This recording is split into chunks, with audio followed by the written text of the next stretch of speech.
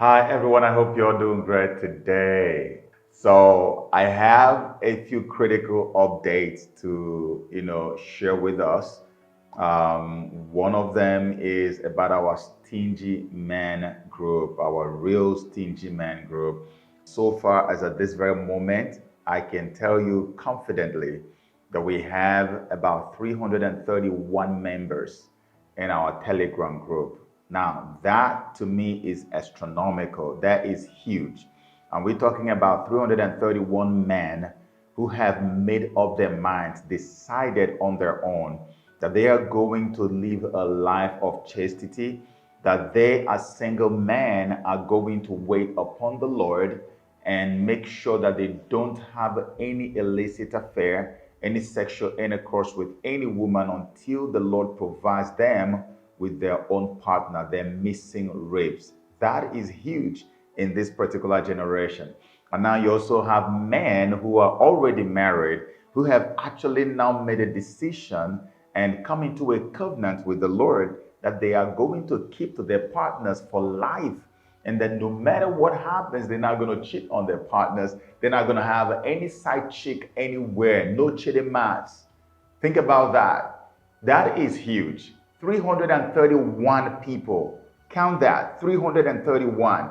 That is to tell you that God is up to something. Now, for people who do not know very much about our Real Stingy Man group, okay, the Lord had laid this in my heart and said we needed to start this because I wanted to prove to people that most of the issues that we have as men actually stem from the fact that we are unable to keep our zippers up. We are unable to maintain an atmosphere of moral chastity around us.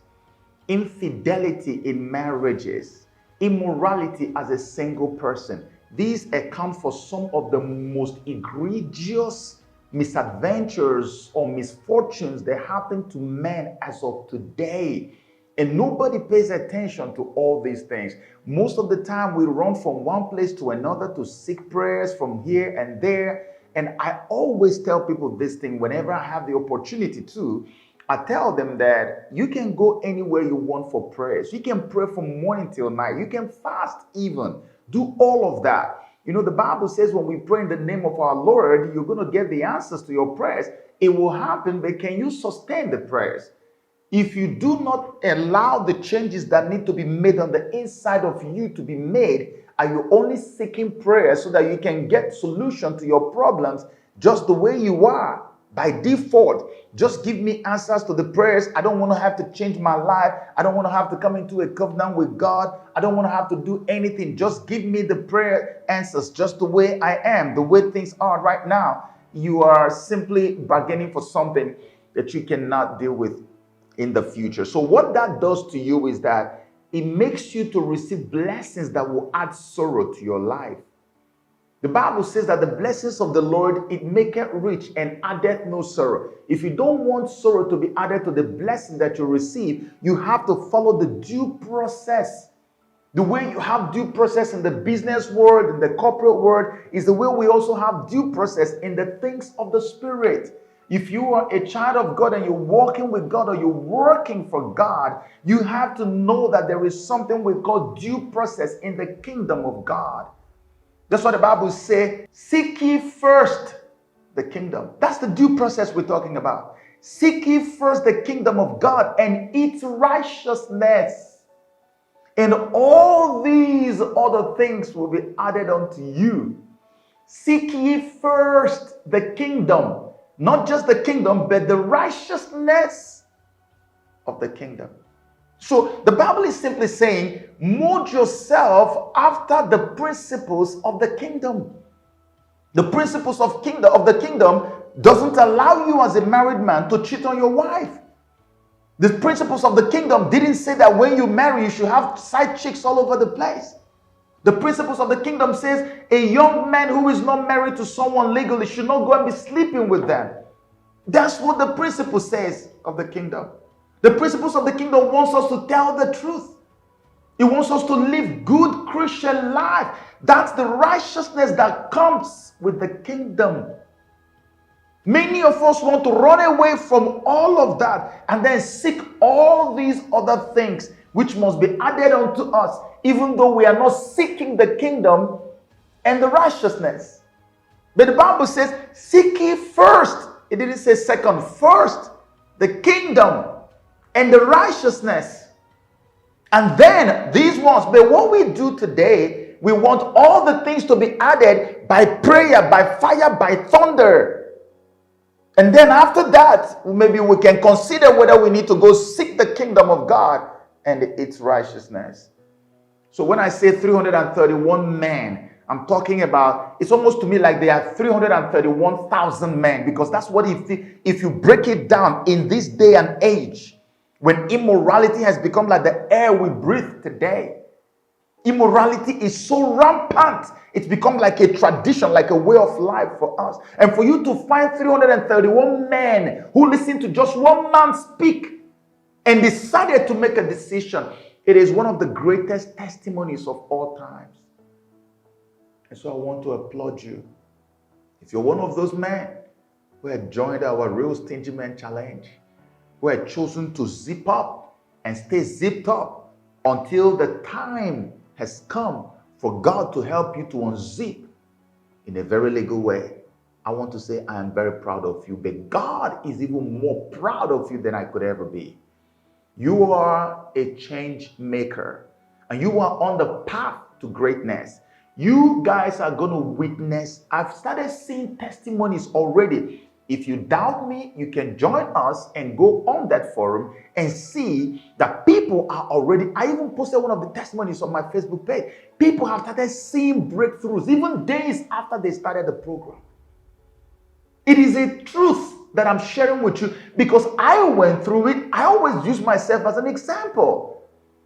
I would never have become anything in this life today if it wasn't for chastity. I've gone through so much, a lot of turbulence when I was about to go on this journey.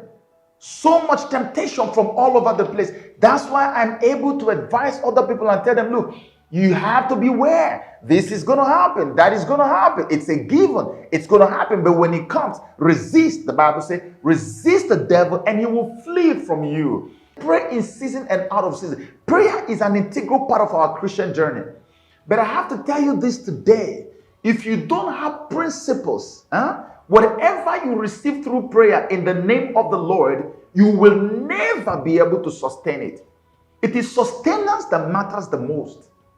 So we must embrace the godly kingdom principles that God has said that we must consider first. Seek ye first the kingdom of God and its righteousness, and all these other things will be added. That financial breakthrough, that marital breakthrough, all those career breakthroughs that you're looking for, mark my words, we are on the journey already. We are in the process of proving that point. Many are going to become millionaires, possibly even billionaires, by starting out on this journey. If your own does not come after 3 months, you join the next 3 months, it will happen by then. As we have started receiving testimonies already, you can imagine what will happen by the time we complete 3 months. We haven't even finished up to 3 weeks, let alone 1 month. In case you're experiencing some flat line, you need to understand this is what it is. Okay? Be strong, resist, stay very strong, and know that this is the battle of a lifetime. And you need to also know that God has gone ahead of you.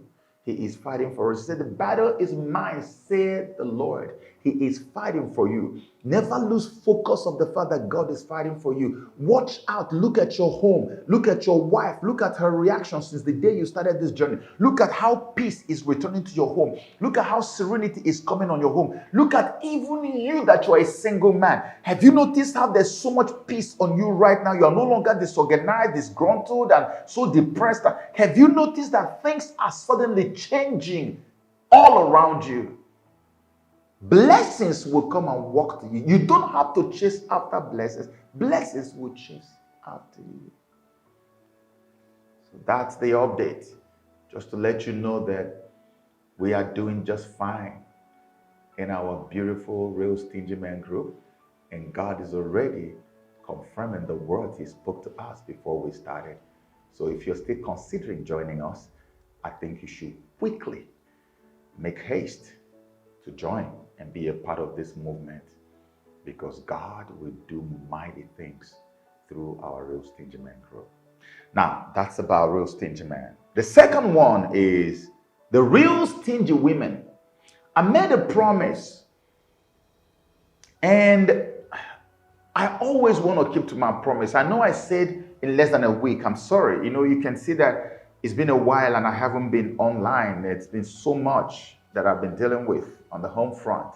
But now we're back in full force, and I would like for everybody to bear with me and give me just a few days, because these things are not things you just get up and start. So, but by the grace of God, I am so convinced that in a matter of days, we're probably going to be starting something for the women, because I know that the women are going to love to be a part of this. And I believe that the time for that has come. So I will try my best to do that, okay? I will come up with our Real Stingy Women, and then you're going to get a video announcement to that effect, so that those of you who are willing and who are eager, who have been looking forward to it, can immediately jump in and we can get started with that one as well.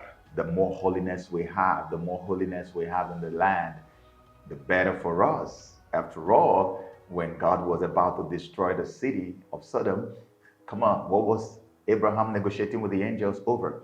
It was holy people, righteous people. He said, what if you find this number of righteous people, would you destroy? He said, no. What if you find this number, would you destroy? He said, no. What if there are this little number here, would you still destroy? He said, no. So basically, righteousness exalts a nation. Righteousness not only exalts a nation, but it also sustains and preserves a nation. But then sin is what? Opposite. It's a reproach. So the more righteousness we have in town, the more likely we can have the divine intervention that we all clamor, especially in these troubling times in our lives. So I enjoin you to be a part of this Real Stingy Man thing. And for our ladies, keep your fingers crossed. It's coming. It's going to come very soon, probably even sooner than many of you think. Okay? I love you, and I'm going to make it happen, right? By the grace of God.